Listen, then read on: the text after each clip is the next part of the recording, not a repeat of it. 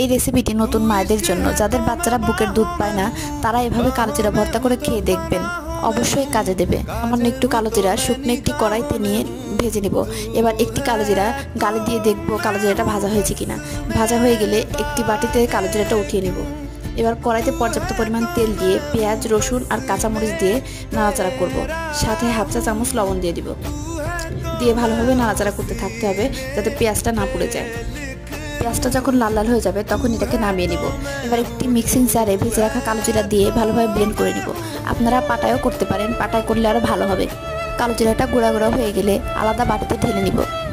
এবার ভেজে রাখা পেঁয়াজ, রসুন দিয়ে আবারও ব্লেন্ড করে নিব। ব্লেন্ড করার সময় অল্প অল্প করে কালোজিরা গুঁড়া মেশাতে থাকবেন।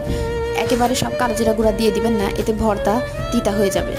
ভালোভাবে ব্লেন্ড করে নিয়ে এর মধ্যে 1 চামচ সরিষার তেল দিয়ে ভালোভাবে মাখিয়ে নিলে রেডি হয়ে যাবে কালোজিরা ভর্তা।